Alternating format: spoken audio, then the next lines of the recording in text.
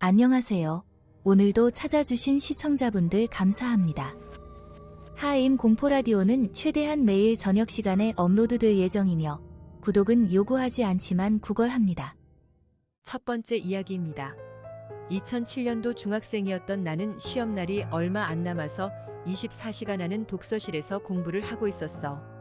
공부 도중에 저녁 10시 때부터 문 밖에서 누가 똑똑똑 마이너스 하더라고. 그때 다니던 독서실이 6인실 기준이었는데 너무 늦은 시간이기도 했고 나밖에 없었거든. 그래서 누가 두드리나 싶어서 문 열어보니 밖엔 아무도 없었어. 그래서 잘못 들었나 싶어서 다시 문 닫고 공부하는데 똑똑똑 마이너스 하는 소리가 또 나는 거야. 그래서 문을 열었는데 역시나 이번에도 아무도 없었어.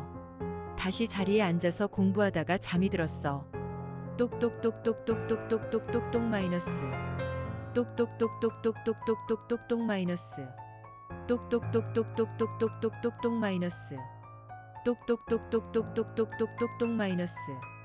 누군가가 강하게 두드리는 건 아닌데 정말 말 그대로 노크 소리가 계속 나서 그 소리에 잠이 깼어. 그래서 문을 열었는데 청소부 아줌마가 서 계시는 거야. 그래서 화가 나서 아주머니, 아까부터 왜 자꾸 문을 두드리세요? 그만 좀 두드려주세요. 라고 말하고 다시 문 닫고 공부하는데 똑똑똑 또 노크 소리가 나는 거야. 그래서 문 열고 짜증내면서 아주머니한테 왜 그러냐 했더니 아주머니가 어이없단 표정으로 학생이 안에서 노크했잖아. 두 번째 이야기입니다. 낚시 동료이자 인생의 선배인 K씨에게 들은 이야기이다. K씨는 젊었을 때 어업 관련 회사를 운영 중이었는데 조업을 갔던 저인망 어선의 선장에게 갑자기 연락이 있었다고 한다. 이야기를 들어보니 선원인 Y가 죽었어. 기묘한 죽음이야. K씨는 어떻게 된 일인지 물은 후 동료가 죽어서 혼란스러운 건 이해하지만 선장인 당신이 당황하면 어떡해. 침착하고 냉정해져 라고 조언한 뒤 현재 위치에서 가장 가까운 항구로 가도록 지시하고 자신도 그 항구로 향했다. 항구에 도착하니 그곳에는 평온하게 잠든 Y의 시체가 있었고 배 위에서 일어난 죽음이기에 경찰의 사정 청취 및 죽음 해부 등이 이루어졌다. 그동안 K씨는 선장과 선의배에 상주하며 선원과 선객들을 돌보는 의사에게 무슨 일이 있었는지 들어보았다. 선원과 동료들의 증언은 이랬다. Y가 죽기 전날 낮에 단 한 번도 본 적 없는 물고기를 낚았다. 새까맣고 번들번들한 모습으로 신비해 보이는 큰 물고기였다고 했다. 이런 물고기는 본 적이 없다고 다들 기분 나빠했다. 하지만 Y의 반응은 달랐다. 먹어보자. 그리고는 사시미를 가지고 와 물고기를 자르려고 했고 선원들은 전부 하지 말라며 말렸다. 키 물고기가 이상한 소리를 냈다. 하지만 Y는 듣지 않았고 그 검은 물고기의 살은 새하얗고 선원의 증언에 따르면 다듬어낸 모습이 마치 넙치 같았으며 반토막난 검은 물고기의 살은 맛있어 보이긴 했지만 묘한 비명을 들은 탓으로 선원들 중 그 물고기를 먹은 사람은 유일하게 Y뿐이었다. Y는 그 살을 입안 가득 넣고는 맛있다. 맛있어. 라고 하며 미친 듯이 먹기 시작했고 다른 선원들은 소름 끼친다며 결국 남은 살과 반토막 남은 검은 물고기를 바다에 던졌다. 그 다음날 아침 선원 한 명의 큰 소리에 다들 모였다. 저기 좀 봐. 배 뒤쪽. 선장이 배의 스크류 부분을 보니 그 반토막이 났던 검은 물고기가 따라오고 있는 것이 보였다. 설마 스크류에 걸린 건가? 라고 생각했지만 아무리 봐도 스크류에 걸린 게 아니라 반토막 난 검은 물고기의 자력으로 헤엄쳐서 배를 따라오고 있었다.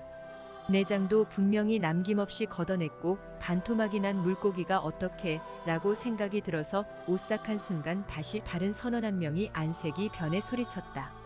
으악, Y가 죽었어. 선장은 서둘러서 Y가 자고 있던 선실로 향했다. 그곳에는 잠든 모습 그대로 말라붙은 Y의 시체가 있었다. 그냥 죽은 게 아니라 미이라처럼 죽어 있었고 선의가 봤을 때 사이는 노쇠. Y는 40대 후반이었지만 죽은 모습은 마치 100세를 넘긴 노인의 모습 같았다. 사체 사진을 카메라로 찍고 선원들의 대혼란 도중 선장은 K씨에게 연락을 했다는 것이었다. 경찰이 선희에게 Y의 그 사진을 보여달라고 하여 모두 보여줬다. 그때 K씨도 함께 봤는데 본 사람 모두 이건 마치 이집트의 미라 같지 않습니까? 라고 할 정도로 사체가 말라붙어 있었다고 한다. 하지만 항구에 돌아온 Y씨의 사체는 잠든 모습 그대로의 깨끗한 시체로 바뀌어 있었다. 결국 사법 회부를 했고 결과는 신부전으로 인한 호흡곤란으로 판명. 그때 사진은 K씨에게로 돌아왔다고 한다. Y의 부모님껜 이 사진을 보여드릴 수가 없었고 불길하기도 했고 기록을 남기는 것도 좋지 않다고 생각한 K씨의 선장 선희는 함께 사진을 소각했다. 나는 그 이야기를 들으며 반신반의해서 그런 일이 진짜 가능해? 라고 했지만 K씨는 진짜 있었던 이야기야. 사진도 그때 선장 선의 경찰이 받고 증언할 수 있어. 라고 했다. 그 이후 난 난생 처음 보는 희귀한 생물을 먹지 않기를 주변 사람들에게 권한다. 정확하진 않지만 바다엔 분명 인간이 힘으로는 어쩔 수 없는 무언가가 있다. 세 번째 이야기입니다. 이제 보인다. 이제 보인다고. 종이와 붓을 가져와. 이 말은 우리 할아버지가 임종 직전에 남기신 말이었어. 나는 자세한 이야기는 듣지 못했지만 상상하는 것만으로도 소름이 돋아. 할아버지가 돌아가신 건 내가 중학교 2학년 때였고 할아버지의 유품들의 정리를 하고 계시는 할머니 댁으로 도움을 드리기 위해 갔어.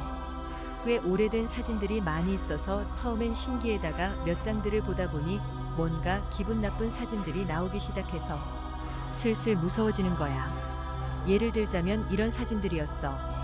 흑백으로 찍힌 사진 속엔 30대 정도였을 때의 할아버지가 어느 유명한 온천을 뒤로 한 채 포즈를 취하고 있는데 그 사진들 중 몇 장씩이나 할아버지가 서 있는 장소를 중심으로 찍히지 않은 상태였어. 대충 보면 그냥 정상적인 사진인데 그 뒤틀림을 보니 뭔가 기분 나빠졌어. 그건 마치 할아버지 옆에 누군가 서 있고 두명을 찍은 듯한 사진이었어. 나에겐 아무것도 보이지 않았지만 이건 혹시 심령 사진이 아닌가 싶어서 더욱 겁이 나더라고. 그 사진을 들고 할머니한테 가져가 조심스럽게 물어봤지만 그때쯤 할머니도 치매의 증상들이 보이기 시작하셔서 뭔가 계속 전혀 관계없는 이야기를 하기 시작하시더라고. 무슨 내용인진 까먹었어. 그날 집으로 돌아가서 아빠한테 그 심령 사진 이야기를 하고는 할아버지는 영감이 강한 편이셨어? 라고 물어봤더니 아빠가 미묘하게 진지한 표정을 하고는 나에게 한마디 하셨지. 너 바보냐? 그 사진들은 할머니가 찍은 거잖아. 네 번째 이야기입니다. 저는 충북 청주시에 살고 있는 25의 건장한 청년입니다. 제가 초등학교 4학년 때 겪은 일이에요. 청주엔 충북대학병원이 있고 그 병원 뒤로는 영안실이 하나 있습니다. 물론 장례식장도 있고요. 당시 전 컴퓨터 학원을 다녔는데 학원이 끝나고 집에 갈 때면 항상 어머니가 차로 데리러 오셨었는데 집에 갈 땐 항상 그 영안실 앞을 지나갔어요. 그날도 학원이 끝나고 누나와 함께 어머니 차를 타고 집에 가면서 영안실 앞을 지나가는데 장례식을 치르고 있더라고요.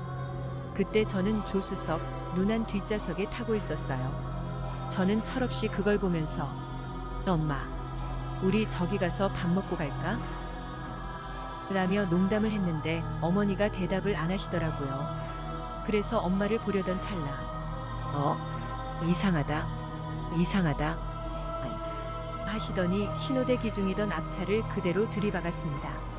다행히 큰 사고로 이어지지 않아서 다친 곳은 많이 없지만 사고 처리를 하고 집으로 가면서 제가 어머니께 왜 그랬냐고 물었더니 갑자기 누가 눈을 가린 것처럼 앞이 캄캄하게 아무것도 안 보이셨다 하시더라고요. 순간 너무 소름 돋았습니다. 눈에 이상이 있으신 것도 아니었어요. 지금까지도 어머님은 안경도 안 쓰실 만큼 시력이 좋으시니까요. 여러분도 조심하세요. 생각 없이 던지는 말 한마디에 누가 들을지 모르니. 다섯 번째 이야기입니다. 꿈속에서 저는 눈 폭풍 속을 헤매고 있었습니다. 엄마 어딨어? 엄마를 애타게 찾던 저는 엄마가 아닌 귀여운 동글동글한 눈사람을 찾았습니다. 점점 가까워지는 눈사람은 내가 생각하는 그런 귀여운 눈사람이 아니라 그것은 거대한 눈서림 같았습니다. 점점 가까워진 괴물 같던 눈사람은 사람을 먹고 있었습니다. 그리고 그 다음 먹힐 사람은 제 차례였죠. 당시 저는 허노잉 오렌지라는 캐릭터를 무서워했는데 그 눈사람 얼굴이 마치 그 얼굴 같았죠. 그는 저를 번쩍 들어서 다른 사람들과는 다르게 다리부터 입에 넣었습니다. 이빨이 다리 사이로 들어오는 차가운 느낌이 났어요. 굉장히 차가운. 하지 말라며 소리치고 있었지만 그 괴물은 제 다리를 잘근잘근 씹었습니다. 조금씩. 차가운 느낌을 느낄 새도 없이 제 눈에 보인 건 이빨 사이로 보이는 한 남자였고 목부터 씹힌 듯한 남자는 목을 덜렁거리며 제 발목을 붙잡았습니다. 저는 울부짖었고 그 괴물 눈사람은 즐겁다는 듯이 웃었습니다. 점점 눈사람이 부풀었습니다. 그렇게 진짜 눈사람이 되었습니다. 저를 붙잡은 이빨은 고드름이 되었고 눈에 보이는 무언가를 붙잡았습니다. 길고 차가웠고 조금 안심될 찰나에 그 남자가 다시 밑에서 이리 와. 같이 가자. 라며 제 발목을 계속 붙잡았어요. 더욱더 공포에 극에 달하자 저는 소리쳤습니다. 아저씨는 아까 죽었잖아요. 싫어요. 그러자 그 남잔 깜짝 놀라며 제 발목을 놓았습니다. 그렇게 꿈에서 깨어났고 정신을 차렸을 때 저는 아파트 난간에 매달려 있었습니다. 꿈에서 무언가 잡았던 차가운 것은 난간 창살이었고 다리만 나와 있더라고요. 꿈속에서 그렇게 다리가 시렸던 이유도 설명이 되었어요. 이것은 제가 꾼 꿈 중 가장 기억에 남습니다. 유치해 보이는 개꿈으로 보이시겠지만 기억에 남게 된 이유는 아파트 아래를 보았을 때 바닥엔 웬 남자가 누워 있었습니다. 머리에 피를 잔뜩 흘리고 있었어요. 마치 머리부터 떨어진 듯. 시체 옆엔 또 다른 하얀 물체도 있었습니다. 동그란 눈사람. 6번째 이야기입니다. 서울 근교의 휴양지로 잘 알려진 동네에 살고 있었습니다. 저희 동네엔 개천이 하나 있는데 어린 시절엔 여름만 되면 친구들과 함께 그 개천으로 수영을 하러 다녔어요. 따로 연락수단이 없던 시절이라 그냥 그곳에 가면 또래 친구들과 언니 오빠들이 이미 놀고 있어서 자연스럽게 어울렸죠. 그날도 전 동네 친구들과 개천으로 향했는데 한참 놀다가 친구가 조금 더 위로 가자고 해서 친구를 따라서 위쪽 바위가 있는 곳으로 가서 다이빙을 하며 놀았습니다. 그런데 다이빙을 하고 난 뒤에 몇몇 친구들이 자꾸 발목이 간지럽다 하더라고요. 그냥 떨어지며 물에 부딪혀서 그런가 보다 하고 넘겼습니다. 신나게 놀다 보니 어느새 해가 저물고 있더라고요. 저와 친구들은 바위 위쪽으로 나 있는 둑길로 집에 가기로 했습니다.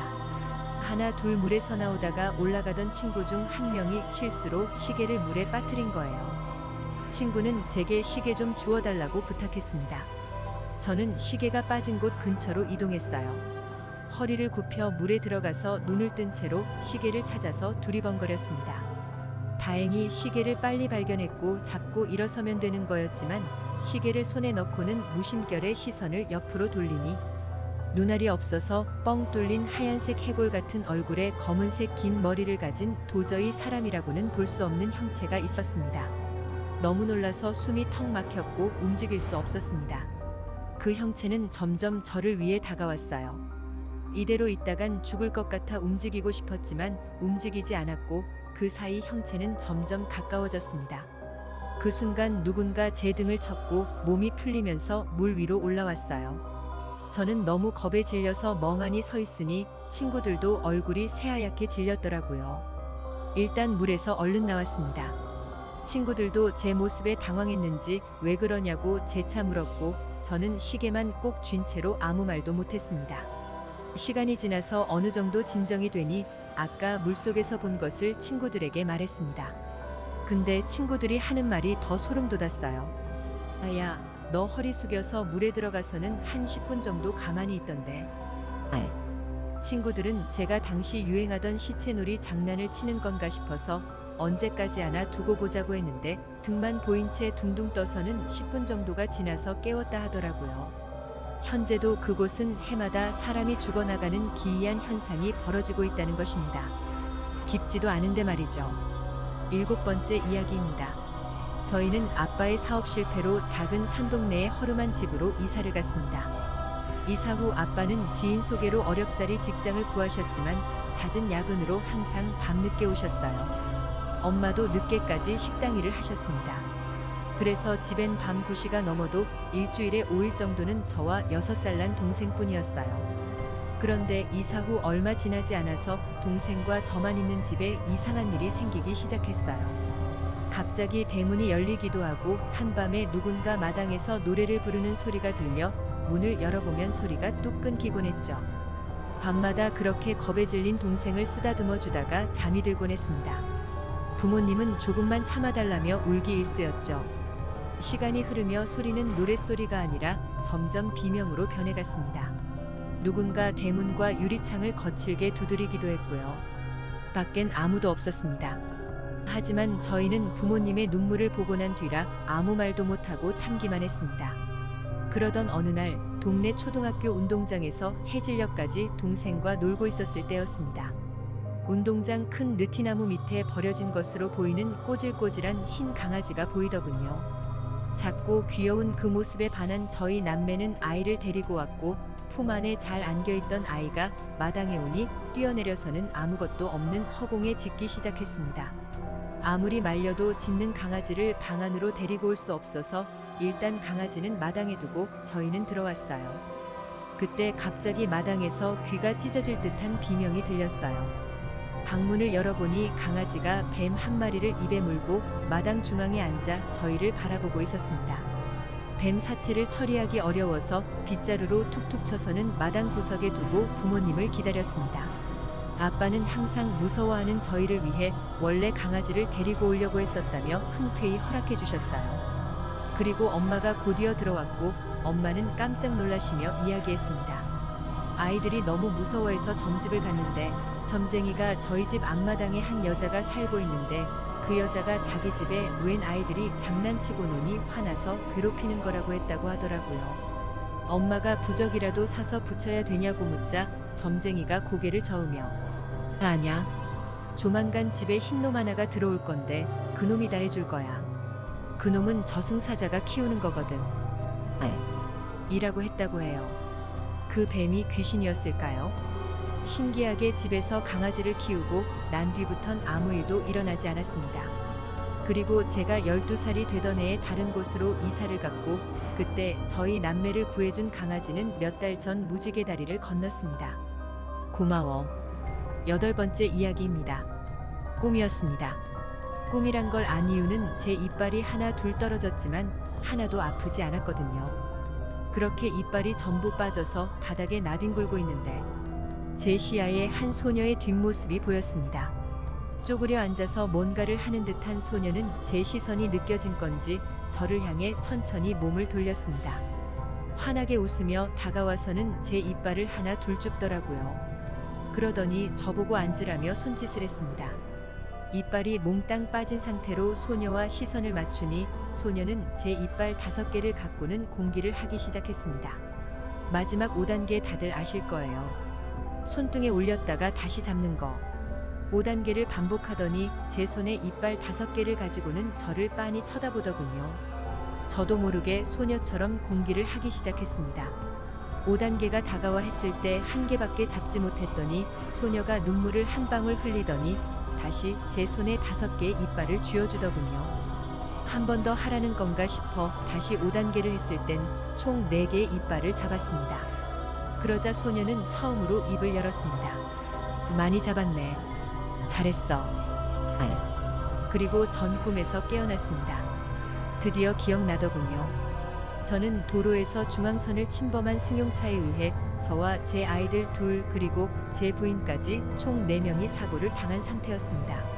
지금도 신기한 건 그때 당시 도로에서 굴러떨어진 건 저희의 차량이었고 더 크게 부서진 차량도 저희 차량이었지만 상대편 차량의 차주분은 즉사 저희 가족은 큰 부상 없이 치료 후 퇴원하였습니다. 그땐 그냥 별 의미 없을 거라 생각했지만 한날은 시골집을 허물고 다시 집을 짓는 동안 어머니와 아버지의 짐 정리를 도와드리러 시골에 갔는데 낯익은 소녀, 그러니까 꿈에 있던 소녀 사진이 있더라고요. 그래서 어머니께 그 소녀에 대해 물어보니 어머니의 동생이라고 했습니다. 어릴 적 사고로 일찍 돌아가신 이모였던 거죠. 지금 생각하면 저희 가족을 살려주시려고 한 번 더 기회를 주신 건 아닌가 생각해 봅니다. 9번째 이야기입니다. 함께 일했던 여직원의 친구가 겪은 일이라고 합니다. 그 친구는 밤늦게 일행과 함께 차를 타고는 출장을 갔다가 집으로 향하고 있었다고 합니다. 그게 아마 고속도로라고 했던 것 같아요. 시각은 새벽이었고 차 안엔 친구의 지인인 친구들 3명이 타고 있었습니다. 모두들 피곤하여 비몽사몽이었고 자는 사람이 있는 와중에 운전자는 운전에 집중하며 운전을 하고 있었고요. 근데 어느 순간부터 뒤통수가 근질근질하더랍니다. 결국엔 고개를 돌리지 않아도 뭔가가 시야에 아른거리는 걸 느끼게 되었고 운전석 쪽 사이드미러를 보니 웬 사람 발이 타닥타닥타닥 거리며 엄청난 속도로 쫓아오고 있더랍니다.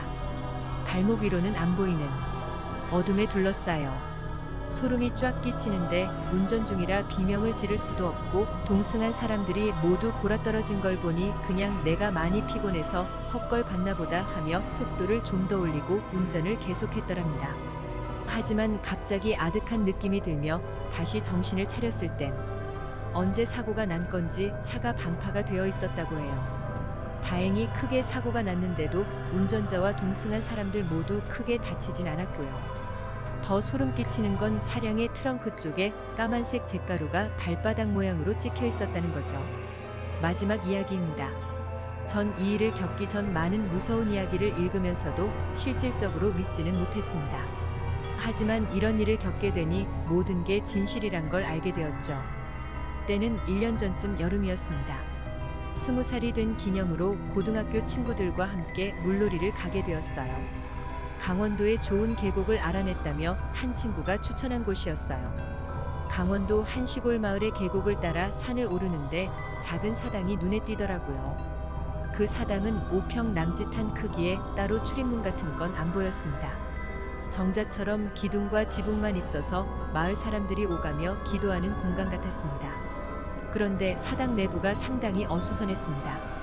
초와 음식을 올려놓는 그릇들과 벽에 걸려 있어야 할 초상화 같은 그림들이 바닥에 널브러져 있었어요. 그리고 그 사당 옆엔 전혀 어울리지 않는 큰 돌이 하나 놓여 있었습니다. 그래서 그냥 산에서 돌이 굴러오는 바람에 그림이랑 물건들이 널브러졌구나 했어요. 저흰 놀러온 기념으로 착한 일 한이음번 하자며 사당을 정리했습니다.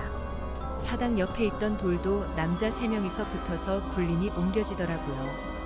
다 정리하고 먹으려고 나온 술을 하나 꺼내서 탁자 위에 올려놓고 각자 기도도 했습니다. 저희는 다시 차에 올라탔고 그 사당과 멀지 않은 곳에 괜찮은 야영 장소를 탐색해서 텐트를 쳤습니다. 한창 계곡에서 친구들과 물장난을 치면서 놀고 있는데 갑자기 친구 한 명이 깜짝 놀라며 물속으로 몸을 숨기더라고요. 친구들 모두 쟤 왜 저러냐? 이런 표정이었고 친구가 놀란 쪽으로 시선을 옮기니 웬 백발의 할머니가 오래된 다리 위에서 뚫어져라 저희를 쳐다보고 있었습니다. 당시 저희는 주변에 사람도 없어서 속옷만 입고 놀고 있었고 몸을 숨긴 친구는 깜빡하고 여분의 속옷이 없어서 헐벗은 상태였어요. 굉장히 당황스러웠습니다. 왜 자꾸 쳐다보시는 거야? 이상한 할머니 아냐? 우리도 할머니 쪽을 계속 보니 시선을 느끼셨는지 다리 위에서 계곡 쪽으로 난 비탈길을 걸어 내려오셨습니다. 분명 굉장히 천천히 오시기도 했고 가파른 길이라 오기 힘드셨을 텐데 금방 도착하시더라고요. 그냥 별거산이겠지 싶어 넘겼습니다. 제가 할머니에게 다가가 할머니 무슨 일이세요? 라고 물어보니 젊은 친구들이 재미있게 노는 걸 보니 손주가 생각나 그랬다고 하셨습니다. 저희는 잠시 오해했던 게 죄송할 따름이었어요. 그런 뜻에서 쳐다보신지도 모르고 이상한 할머니라며 수근거렸으니까요. 그런데 할머니께서 너희를 보니 오늘은 무슨 일이 있어도 집에 안 갈 것 같은데 내가 하는 말 잘 들어 라고 하셨습니다. 무슨 일인가 싶어 저희도 귀 기울였어요. 할머니가 해주신 말씀이 정확하는 기억이 안 나지만 대략적으로 하신 말씀은 오늘은 윤달과 12번째 만월이 겹치는 날이니 이런 산골에는 영물이 나와 영물 땜시 야생동물들이 거칠어지니 밤에 조심해 라고 하셨습니다. 밤엔 아무것도 돌아다니지 말라고 하셨고요. 저희는 그런 할머니의 말씀을 반신반의했습니다. 저는 그때 영물이 뭔지 궁금해서 여쭤봤더니 할머니는 이리 라고 하셨습니다. 밤엔 무슨 소리가 나도 그곳에 가지 말라며 말을 덧붙이셨고 바로 앞에 나타나더라도 모르는 척 무시하고 놀라서 뛰지 말고 소리도 지르지 말아야 하며 눈도 마주치지 말라고 하셨습니다. 저희는 사실 못 믿는 쪽이었지만 할머니의 표정과 말투나 분위기를 봐서는 이상한 분은 아닌 것 같았어요. 그 말을 끝으로 할머니는 자리를 떠나셨습니다.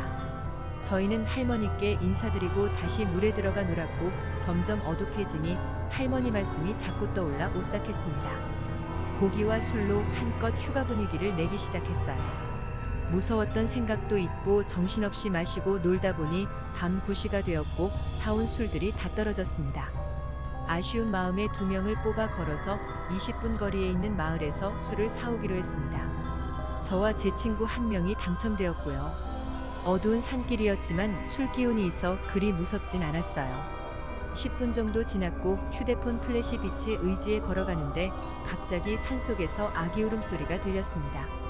그 소리에 친구가 아기 울음소리라며 가보자고 했고 저는 낮에 만난 할머니 이야기가 생각나서 야, 이 시간에 아기가 혼자 있는 거 이상하잖아 라고 했지만 친구는 저의 만류에도 계속 소리가 나는 곳으로 향했습니다. 친구에게 너 혼자 가라며 혼자 다시 갈 길을 가는데 좀 있으니 친구가 별거 없었다며 다시 가자고 하더라고요. 뭔가 친구가 이상하단 걸 느꼈지만 술 때문이겠지 했습니다. 그렇게 다시 길을 가는데 문득 시계를 보니 아까 출발한 시간에서 무려 50분이나 지났더라고요. 친구와 전 한 곳을 빙빙 도는 것 같았습니다. 처음 와본 길이라도 빠르면 15분 정도로 충분히 도착할 거리였고 어려운 길도 아니었습니다. 술은 다 깨고 점점 더 무서워졌습니다. 그때 친구가 말했습니다. 사실 아까 아기 소리 나는 쪽으로 가니까 짐승 빛나는 눈을 본 것 같아. 근데 섬찟해서 그냥 돌아왔어. 저와 친구가 두려움에 사로잡혀 있을 때 누군가가 다가오는 게 느껴졌습니다. 휴대폰 빛을 비춰보니 낮에 만난 할머니가 서 계셨습니다. 할머니는 저희를 보시더니 밤에 돌아다니지 말라고 그렇게 경고를 해줬거늘 쯧쯧 하시며 혀를 연신 차셨습니다. 할머니에게 겪은 일을 말씀드리자 마치 다 알고 계신 것 마냥 마을까지 데려다 주셨습니다. 아무리 걸어도 안 나오던 마을이 할머니 뒤를 따라가니 5분 만에 나왔습니다. 할머니께 감사 인사드리고 혹시 동네 주민분이시냐고 여쭤보았습니다. 할머니는 자신이 누군지 차차 알게 될 거라 하시며 한자가 새겨진 나무 염주를 저와 친구에게 나눠주셨습니다. 오늘 하루 절대 풀지 말라고 하셨고 돌아갈 때도 그것만 가지고 있으라고 하셨어요. 저와 친구는 할머니께 감사 인사드리고 마을로 향해 가게에서 술이 아닌 건전지형 손전등을 싸기로 했습니다. 도저히 술 마실 기분이 아니었거든요. 근데 물건을 고를 때부터 가게 주인 아주머니가 저희를 이상한 눈으로 쳐다보셨어요. 계산하려는데 아주머니가 제게 처음 보는데 혹시 놀러 왔냐고 하시길래 저 산속 다리 밑쪽 계곡에 왔다고 하니 엄청 놀라시는 거예요. 아주머니는 정말 거기서 온 건 맞냐고 오늘이 무슨 날인 줄 아냐며 버럭 화를 내셨습니다. 저희는 그래서 알고 있다며 할머니와 만난 이야기를 해드렸습니다. 할머니는 다시 놀라시며 아까도 들었던 베일이라는 영물에 대해 이야기해 주셨습니다. 그 영물은 옛날부터 존재했고 이 산뿐 아니라 다른 지역에도 곳곳에 존재하는 영물이며 지금은 산이 없어서 드물지만 나이 드신 분들이 사실적인 영물이란 존재가 많다고 하셨습니다. 또 그날엔 꼭 산에서 제사를 지내고 마을 사람들이 모두 집으로 일찍 귀가한다고요. 아침에 봤던 사당에 대해 여쭤보니 그 사당은 옛날에 무당이 마을을 지켜주는 수호령에게 제사를 지내던 곳이며 지금은 관리만 하고 사용하진 않는 곳이라고 하셨습니다. 그리고 저희가 만난 할머니는 아마도 수호령일 거라고 하셨습니다. 대화를 마치고는 아주머니는 저와 친구에게 혹시 모르니 소금 맞고 가라며 소금을 머리에 뒤집어 쓰다시피 한 후에 텐트로 돌아갔습니다. 돌아가는 길에 텐트에 있는 친구들이 걱정되어 전화해보니 다짜고짜 어디냐고 묻길래 아 무슨 일 있었구나 싶었어요. 저희는 빨리 텐트로 향했고 할머니가 주신 염주 때문인지 15분도 안 걸려서 텐트에 도착했습니다. 친구들 말에 의하면 저희가 마을로 간 지 한참 지났을 때 너무 늦어서 전화하려고 하니 다리가 있는 산길에서 친구들을 부르는 제 목소리가 들렸다고 합니다. 한 친구가 뭔가 이상하다 했지만 다른 친구들이 뭐가 이상하냐며 목소리가 들리는 곳으로 향했고 어쩔 수 없이 전부 그곳으로 향했습니다. 근데 갑자기 친구들 앞에 낮에 만났던 할머니가 나타나시더니 길을 막으시고는 호통을 치셨다고 해요. 어딜 봐서 저게 내 친구놈 목소리 같으냐? 할머니가 가리키는 쪽을 보니 소만한 검은 짐승이 소름 돋게 긋는 눈으로 제 목소리를 내더랍니다. 하럼인가 그 짐승을 째려보니 짐승이 사라졌고 할머니께 여쭤볼 새도 없이 할머니가 사라지셨답니다. 저희는 그 이야기로 밤을 보냈고 다음날 아침 일찍 그 사당으로 향해 술과 음식을 올려놓고 감사 인사를 드린 뒤 무사히 집으로 향했습니다. 그리고 한 친구에게 그때 제가 부르는 소리가 날 때 뭔가 이상하단 걸 어떻게 알았냐고 물어보니 분명 목소리는 전데 말투가 저와 같이 갔던 친구의 말투였다 하더라고요. 여담으로 사당을 치운 뒤 기도드릴 때 한 친구 녀석이 어머니가 아프셔서 낫게 해달라 했는데 거짓말처럼 3일 뒤 어머니가 완치되어 퇴원하셨어요. 지금도 그 이야기를 가끔 하는데 좋은 추억으로 간직하고 있습니다.